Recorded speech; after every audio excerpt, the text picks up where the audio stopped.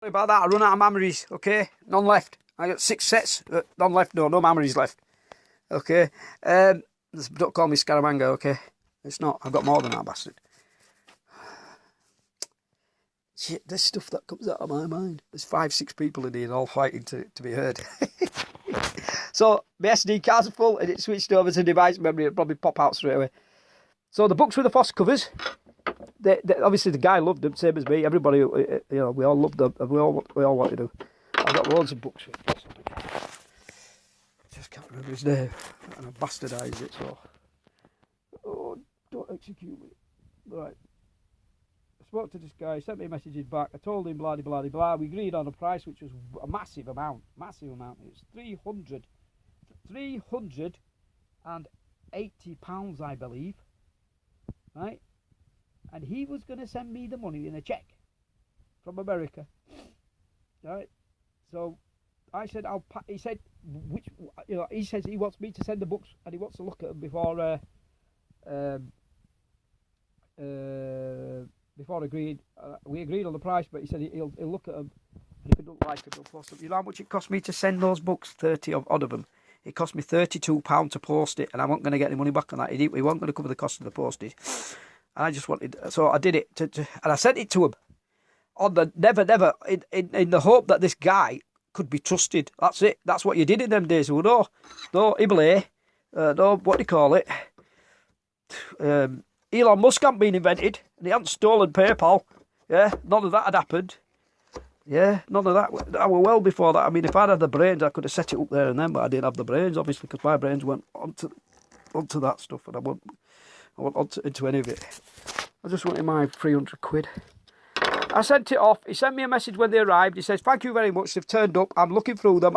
I'm just gonna get it. I'm gonna have a drink and just read a couple of them." I says, "You do whatever you want, whatever type of drink you want to drink, mate. You sit down, drink them, make your choice. You know, make sure." He said, "Call me back."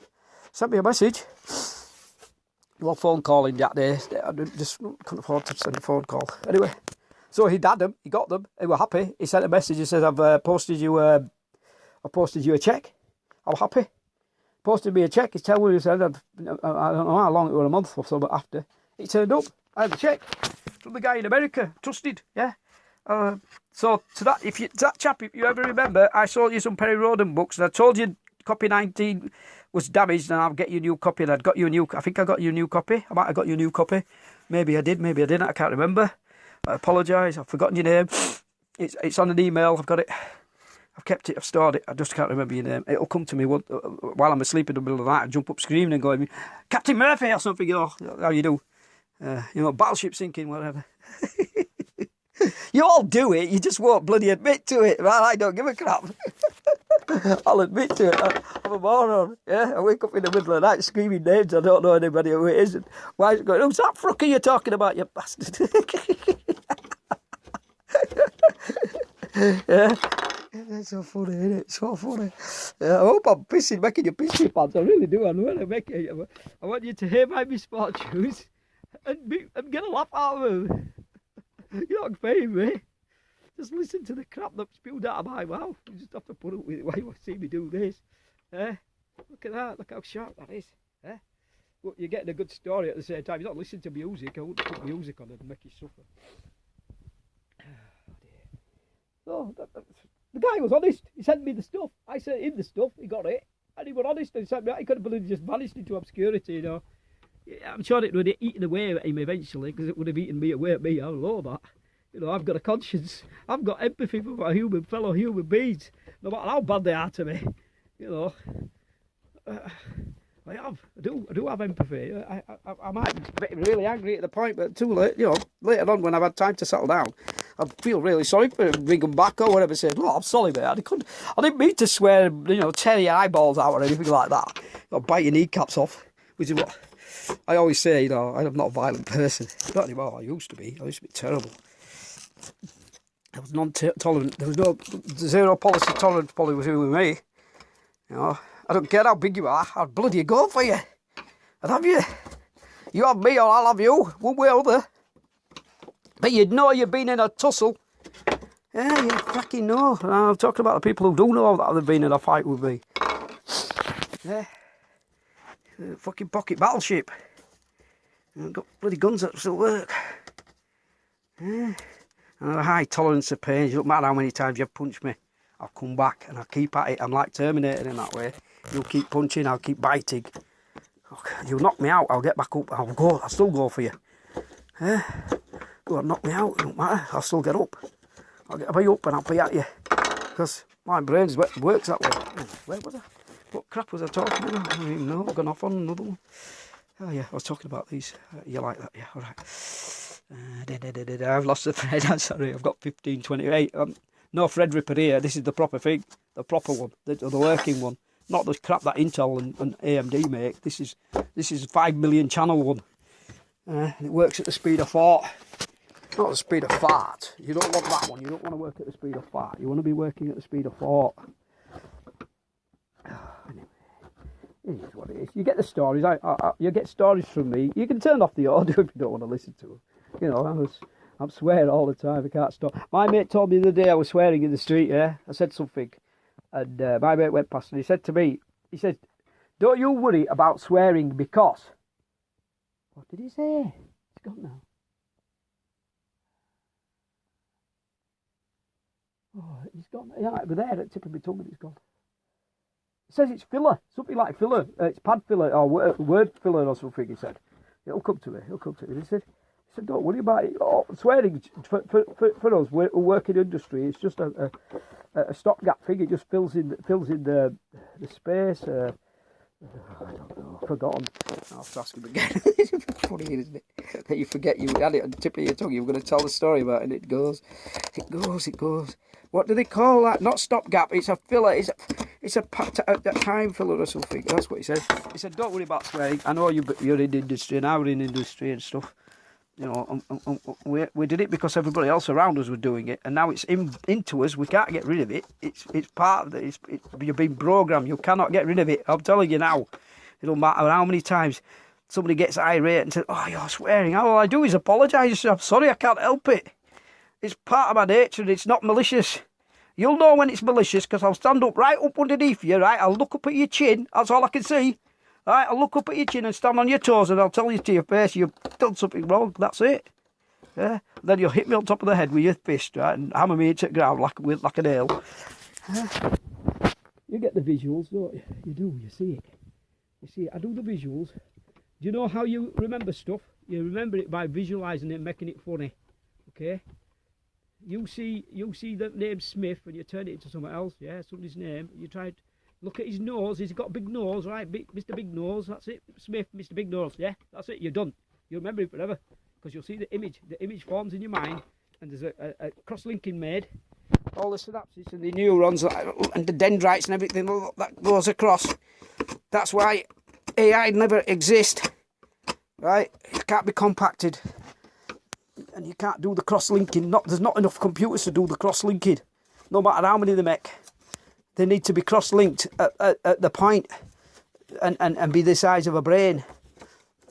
Even the lowliest animal's better than the biggest AI. Okay, the lowliest animal that's got the lowest neuron count on the planet. You know, we're talking goldfish sorts there, something like that. Or yeah, insects are, I think they're just pre-programmed and it's just built in. Okay, but something like a goldfish, yeah, something like an elephant. I mean, the brain of an elephant, yeah, more powerful than ours. Just can't talk, can it? It can't articulate, but its sense of smell is so good. Its senses are so good, right? It's really outclasses us, to tell you the truth. Outclasses us, it does, and they have empathy. You know, they look after their own. I think I'm talking about empathy there. Where was I? Scrap my head. Yeah, AI. Talking about AI, right? Have no fear of AI going live, people. All it is just a big bag of memory. Not cross-linked. It's not linked properly. They can't talk to each other. These desperate bloody separate computer systems in different countries connected via fibre optic cables under the sea or satellite systems in the sky. There's just not enough of them. They're not wired together enough. Yeah, and never will be. I don't think it'll ever come to life. no matter what, you know, somebody who has no idea what technology really is, just makes it up. You know what I'm talking about. You know, what does Thunderfoot call him? What does Thunderfoot call him? Don't know what Thunderfoot calls him, but he can't because he's bigger than me. He can say it, so I'll let Thunderfoot say it. Thunderfoot, you say it. You know what I mean. You know the one I mean. Right, that one. The most intuitive engineer on the planet, knows more about industry than anybody else. That one. My ass. Yeah. There's engineers working on the floors in package machinery areas. Right. They take home nothing. Right. They know more about industry and setting up machinery than that twat does. Yeah. He knows nothing. He just buys people. Buys and sells them. You can buy and sell anything you want if you've got enough money. All the knowledge in the world. Right, listen to me. Star Wars, I'm talking about Ronald Reagan's days. They pumped the entire revenue of America. The people died in hospitals while they tried to create Star Wars because they're so paranoid. And they pumped every bit of money they had and they never achieved what they wanted to achieve. Right? All they had to do was put gun platforms in space, but they never even bothered to do that. They just didn't know how to work it out. SDR or something they called it. Some response thing. So paranoid. There's a way to do it. I won't tell you. I won't tell you how to do it. It's so simple. It's so simple. But never mind. They pump money. It never works, yeah? He's pumping money, not his money, government money, into something called, what's it called? Flying dustbin, yeah? Which can't fly. It never got into orbit properly. And when it does, something happens to it, comes down, and they have to land it in water, and it blows up. And there's a reason why it's blowing up, because he just keeps getting money. If it were his own money, he'd never do it, right? He'd have never done it if it were his own money, but the American people are funding him. And they've had the wool pulled over their eyes. Right? There will be no travel for any of you in our lifetime, for any of you. I'm telling you now, I go on my space rant. The space rant guy's out. Not Scott Manley or anybody like that, you know. I mean, proper space ranter, lunatic. Not conspiracy theorist, it's scientific. It's all scientific, okay? You can't pull the wool over a scientist's eyes, he might say. Well, he might agree with you. He might kowtow down to you because you're paying his wage and his salary, but when he goes home, he tells his wife, he says, them fuckwits, right, who I work for, right, they haven't got a sodding clue, not a clue. Peanut dwellers, right? That's what they are. He doesn't know, he's pulling the wool over your eyes, he'll never get it off the ground. If it does, it'll be a miracle. Never leave low Earth orbit. He'll never make it 360 miles, 400 miles. Once he gets to 500 miles, they've left back end of the Van Allen's out without 20 feet of lead on all sides, with water surrounding you, and you wearing a lead oversuit. That's the only way you're going to leave, and they can't ship all that lot into space, can they? They can't. 50, 60, 70 tons of lead. They ship that up. How many times do I have to send a rocket up to ship that lot up? Work it out. You can work it out. Until they get the lead up there, or they get this new plastic they keep talking about that's got radiation enough density to block radiation. If it can't take if you can get an X-ray through it, just a mild X-ray. If you can get a mild X-ray through that material, then it's not going to be fit for space, okay? Because there's more stuff up there than in a mild X-ray. And you'll be getting really lots of mild X-rays, yeah? Constantly, it never stop. You try a journey to Mars, 6 months, 8 months, 12 months, whatever it's going to take, there'll be nothing left of you when you get there. You'll be just a mass of tumours. That's what you'll be, mass of tumours. And if you trust somebody who says to you that you can go with a tinfoil hat on, you bloody well cannot, right?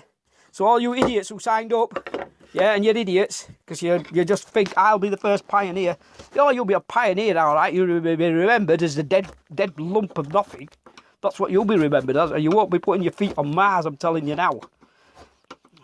Unless we get some technology from those frackers that are up there, that are looking down on us, keeping us in here, keeping us down here, won't let us up for a reason. They can't trust us. They know with a violent race and they won't never let us out. No matter we got into low Earth orbit, we get one out into space, and that's it. We'll be dogged forever. They'll be at us. They'll be chasing you forever. Probably be destroyed before you even leave. We're in quarantine. This planet's a quarantine planet. We're never going to leave. We're going to be here forever. Don't worry about it. There's no point. You don't. Once you see space, once you imagine space, if you can imagine space, I'll tell you what it is. If you watch Voyager, Star Trek Voyager, there's a thing called the, I think it's called the Expanse or something, where they go into a region, it's absolutely black, there's nothing in there. They can't see anything. That's what space looks like. The only thing you can see is distant suns. And unless you're in an orbit of a sun, you won't see anything. Not a fig. No matter how, you're not powerful in bloody lights there. Thermal imaging won't work. None of that stuff. You're going to need some new technology. It will be pitch black and you will go insane. You will go insane from sensory deprivation. 20 minutes, half an hour, 2 hours, that's all you can take. Right? No matter how many fancy LED lights they put around you to make you, oh, you know, the hooba jinx stuff and, you know, zen whatever. No, it's not. And the psychologists know that you can't survive. They know, but they won't advise them because they won't listen to them. The people in the know. The people in the know. They're not the ones with the money. Not the same people. We're talking about somebody else.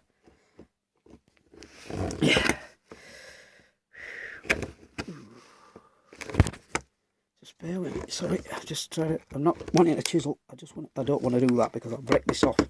That's just going to snap off. If I yank on it like that, I'm going to snap this off. Or a piece of it. I don't want to do that.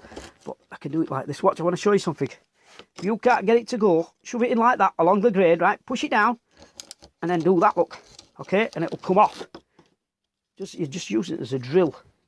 Watch again, I'll do it again. It right here, there's a lump. Yeah, I can see it. I can reduce that lump by just doing this. Put it in the grain, put it with the grain, shove it in and twist it, right? Below the surface, it makes a little patch and it'll break out. You can do that. You don't have to use a hammer. You can just sharpen it. Once you're done, you're done. I'm not done, but so without proper shielding, I'm not talking about a mylar blanket, right? No mylar blanket will ever save you, right? It won't. It doesn't have anything, no density to it. That's not going to save you. And they put mylar blankets inside those space suits that the Apollo astronauts and the Gemini guys had. Yeah. If you look at the breakdown of the surface of nylon, there's just some nylon and some mylar. Yeah, go look now before it gets taken away. Apollo spacesuit, what's it made of? Ask Adam Savage, he knows what it's made of. Right, have a look what the gloves are made of. Are they made of lead? Do they have lead woven in? Stainless steel, fabric sewn in? Do they? No, they don't. The rubber. Because you have to be able to feel something, and you can't make a gauntlet like that. That ain't going to work. You go onto a planet's surface that the sun's pouring all its energy out onto, like the sun, like moon, which has got no atmosphere. You are being hit with a full glory of the sun's cosmic rays. Full glory of them. That's what you're getting hit with. And you were out in the sunlit, and we know Apollo, they were all out on the sunlit side. No, they were not. It's impossible. It's just impossible. No matter how many of you think it's possible. Oh, then you're a conspiracy theorist. No, I'm a freaking scientist. I know. It's basic principle. You can't go up there. They never could. They never have been. And they never will. Never in your lifetime on this planet will they be able to put a person on another place. Never. No person's landing on an asteroid and mining it. Nobody's going to Mars. The only Mars that you can go to is, well, it's not even called Mars anymore, is it? It's called Snickers or something, isn't it? It might be called Mars still. Could still be called Mars, I don't know. But that's the only one, yeah? The confectionery one. That's the only one. You're not going to Mars. You're not going to the moon. You'll never land on the moon. Not in a man, fully manned. Unless they're cancer patients and they're on the end of their life, you know, they could send some of those up. It doesn't matter. You know, if they're willing to go, yeah. That's the only ones you'll be able to send because they're the only ones who don't matter. Don't worry, they're not going to be worried about it. They're already at their end, nearly a tether. You might want to be famous, you know. Want to go out with it in a blaze of glory. Be remembered forever and be immortal. Talking about the real immortals, they don't exist. Not anymore. Not at all. I won't say any names because some of them are still alive. Some are dead. You all know who they are. Not one of them will say. They hide and they run away. They run away. They can't swear on the Bible. You know why? Because they know they will not be able to do it. They're a true Christian. If you have the fear of God and you're a Catholic and you put your hand on that, and if you're a Muslim and you put your hand on that Quran and you're you know, a Jew or whatever, and you really believe in that thing, you're never going to put your hand on it, are you? You're never going to. Yeah? You won't put your hand on a Bible and swear that you went. You'll get violent, you'll be angry, and you'll hit somebody. Right? You'll punch somebody. Because you're good at it, you are super fit, and you know how to do it. And you have fast reflexes, faster than normal human reflexes. And you've still got them even when you're old. Yeah? Old SAS guys, they can still kill you with one punch. Yeah? Of course they can. Old Marines, they can still kill you because they remember it. It's muscle memory and they can kill you. And they know how to do it. You'll get whacked by an astronaut who's been in the astronaut program all his life, even though he's retired and he's just picking up crisp packets. That guy's got more punching power than you have, I can tell you now. He's got more speed than you have. Definitely. Oh, that's what I'm talking about. And they will never swear that they went.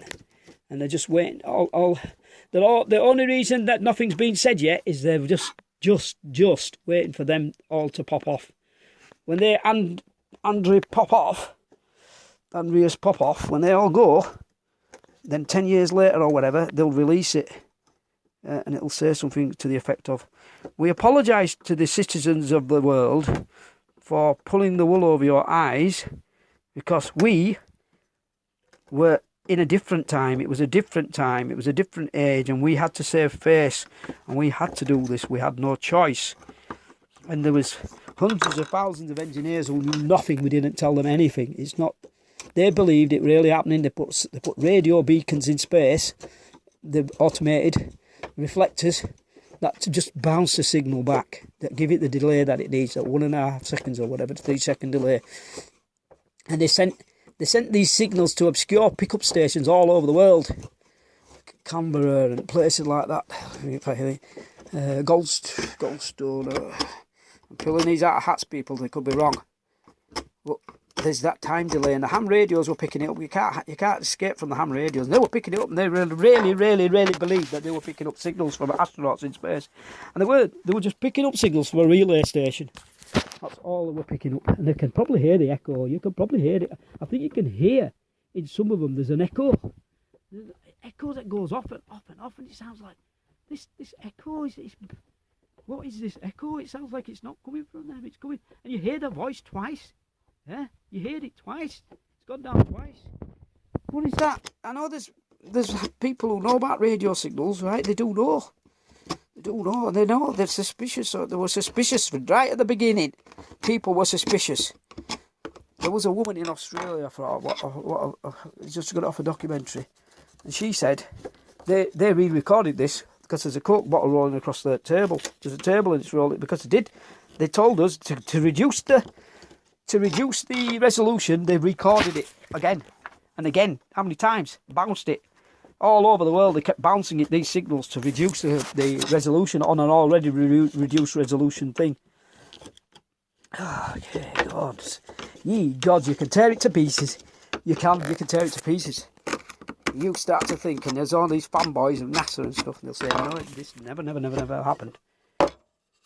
That's true. It's a true story. I don't believe a word you say. There's nothing you can say to convince me. There's no amount of slagging off you can do and hack at me or whatever. There's nothing you can do to change my mind. There's nothing. It's impossible. You'll never be able to change my mind. You can call me all the conspiracy nuts in the planet. There's one thing you can't change is fundamental physics. You cannot change it. Fundamental physics you can't change. You can't. That's enough of that. Bad enough.